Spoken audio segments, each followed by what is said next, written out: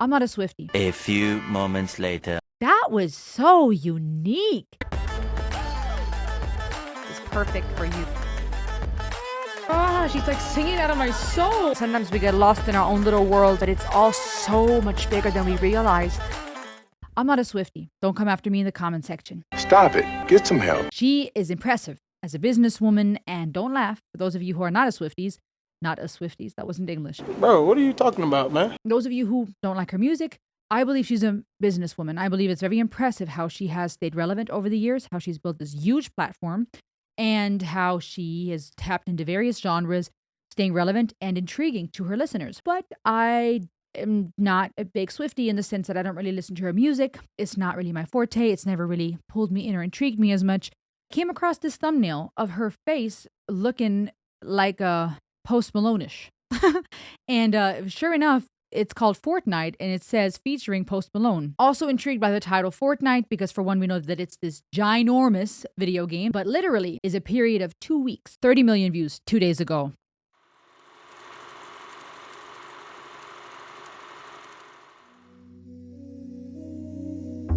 I was supposed to be sent away, but they forgot to come and get me. I was a functioning alcoholic till nobody noticed my new aesthetic. Let me start over. There's a lot going on here. Dope videography and cinematography, everything just being in white over here. She's wearing what looks like a wedding dress, the garter around her thigh, tied to the bed, talking about they forgot me. So is she like in a mental institute? Was she left there? Somebody was supposed to come help her. They didn't show up. Very interesting. So pay attention to the little details in the room and everything that's happening.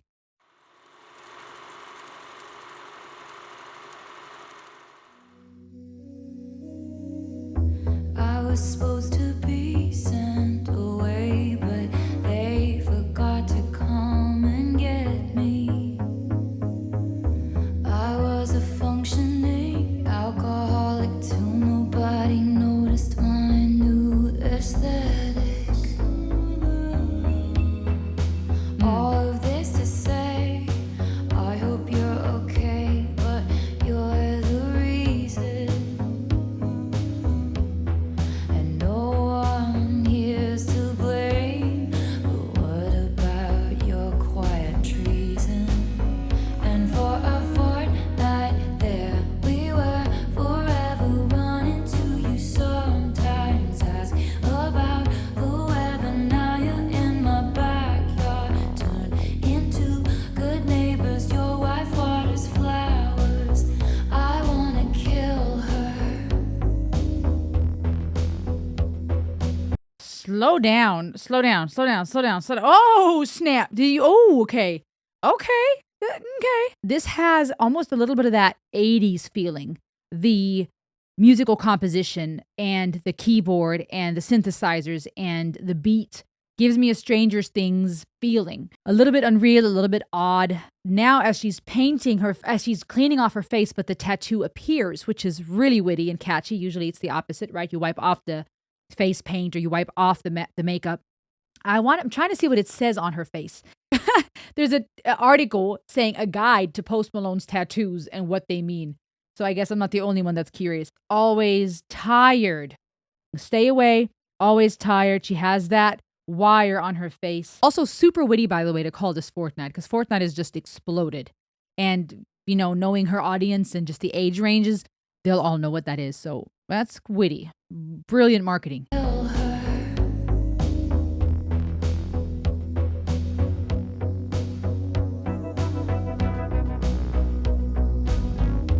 All my mornings are Mondays stuck in an endless February.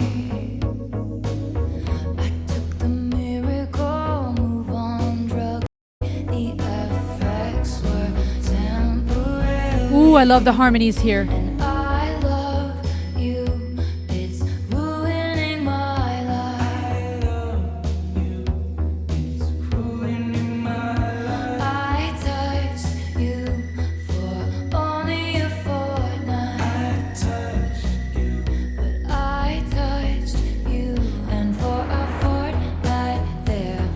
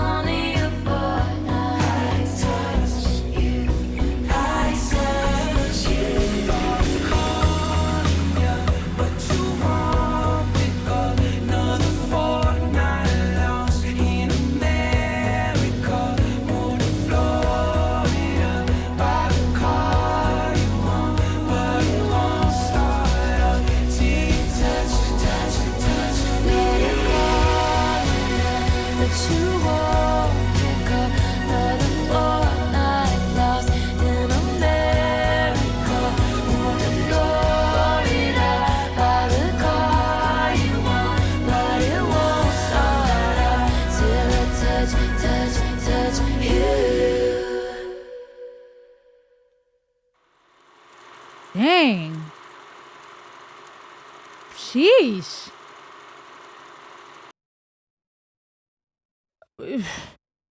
Okay. What in the unicorn farts just happened? This was dope. Yo, it's awesome they had Ethan Hawke in there, American actor and writer, in that lab scene.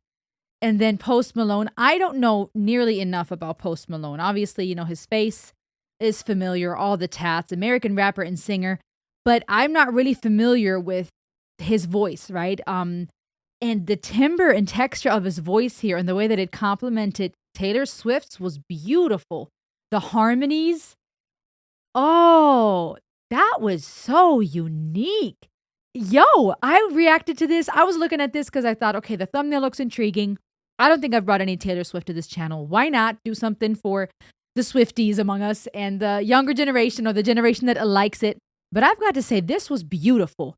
It had that 80s vibe to me. The synth, the drums, the beat, the whole composition of it gave it this nostalgic feeling. It started with what looked like her, right, in this white room, like some type of medical or mental institute, chained to the bed. Her with that black makeup, the smoky eyes, contrasting the white, the bridal dress, what looked like a bridal dress, the gloves looking somewhat fitting to what a bride would wear, and yet style-wise, an element of nostalgia, artsy and artistic, but also looking like the type of hospital gown that you tie with strings. So very unique touch there.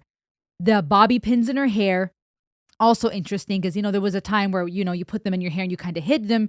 Here they're like on full display. Also unique hairstyle, that elegant choker necklace. So looking very elegant and yet tied to the bed. A bed with no mattress hanging diagonally on the wall. Very opposite to what you would consider comforting bed in the corner or a safe place, right? Very upside down, very wild. Her whole world upside down, everything's wild. Nurse walks in, her doctor giving her the medication. She sticks her tongue out, receives it. Everything's upside down. A chair leaned up against the wall, a stool hanging in the ceiling. It's just the bathtub on the ceiling. It's all upside down. Her whole world is upside down. And I think as we listen to the lyrics, that fits when it comes to this relationship and the pain and the drama and that feeling of something being untouchable. It kind of fits that everything is upside down because that's how it feels when you're hurting, when in love and you're struggling in love. She takes the medication. And what does it say on the bottle? Hold on. Let me go back. Oh, okay. So she's trying to take a pill to forget him. Whoever she has this love for, whoever she can't have, perhaps. Okay, they release the shackles, right? So she's shackled, she's tied, she's not free, okay? Not free to love this person, not free to be with that person, not free to let this person go, however you want to see it. And then is wiping off the makeup, revealing the tattoos being very similar to Post Malone's tattoos. Also very fitting since he appears shortly after. That switch with the beat as she walks to that door and then is wearing black, beautiful, antique vibe, just gorgeous. She looks absolutely stunning here. She looks very mature here, and it was a very beautiful look in my mind because I think because Taylor for the longest is catered to younger generations and loved by teens and whatnot, we forget that she is a grown woman. What is he, 35, 34, 33, 36? I don't know. And here, the way she's presented, you can really see that maturity. She looks like a grown woman. But her attire gives off this classical, romantic style that brings a lot of elegance here. And I think at one point she sings, what does she sing? Let me put in for a fortnight, there we were, forever running to you. Sometimes ask about the weather, now you're in my backyard, turned into good neighbors. Your wife waters flowers. I want to kill her. Oh, snap. And then she sings something about her husband, I think. Okay, so the imagery here of the video fitting to this idea of an upstanding, elegant woman that is married, that is unavailable, presenting herself like someone of class, respectable, going to her job, sitting at her desk, now facing Post Malone. They're both typing down these words, I love you. And it's almost like this, they're separated by the desks, but the words that they're typing is coming out of their typewriters. Also very classical nod, those file cabinets in the background, really giving it that nostalgic feel, that elegance, that feeling of traveling in time, which would fit to this idea of reminiscing on something of the past, something that didn't work out, that you couldn't have, that was forbidden or you weren't supposed to do, that you're trying to forget. So that's a fitting play here on time and those things. typing to each other. The words start floating into the air and they meet in the middle while they're both at separate desks. Okay, so this idea of being apart but longing to be with the other is a very known concept in music, right? I mean, you have things like, and I love you and I need you, right? That song we know and we jam out to. But ultimately, if you listen to the lyrics, you go, oh, snap, she's actually with somebody and this is not cool. I was supposed to be sent away, but they forgot to come and get me. I was a functioning alcoholic till nobody noticed my new aesthetic. Interesting wordplay here, very poetic. Functioning alcoholics are those who struggle with the addiction to alcohol, but they're functioning. They're still going through life, going to work. You might not even know till nobody noticed my new aesthetic. Interesting alliteration, nobody noticed, instead of saying until someone noticed. That's usually how you would use that type of grammar and that type of wordplay. Until someone noticed, I did such and such. Here it says until nobody noticed my new aesthetic, right? So my look changed, the things that I was perhaps, my attire, the way that I was presenting myself. Interesting, since her attire drastically changed from white to black. Being sent away and being forgotten, also fitting to that mental hospital vibe in the bed. All of this to say, I hope you're okay, but you're the reason and no one here's to blame.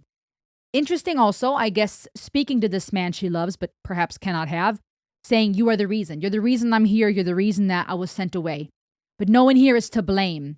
This now taps into a deeper conversation when it comes to unrequited love, when it comes to loving someone that is you're not supposed to be loving.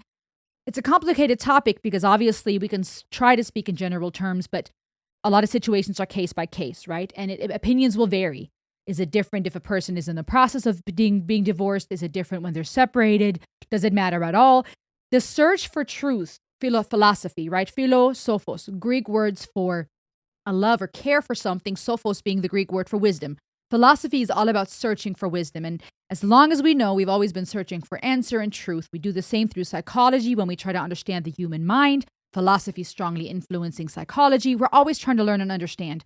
And the same goes for topics like this, love, adultery, affairs, passion, where people, for as long as we know, have been trying to figure out what is wrong and right, what is good and evil, morals, ethics, all these things belong to those big philosophical questions we have.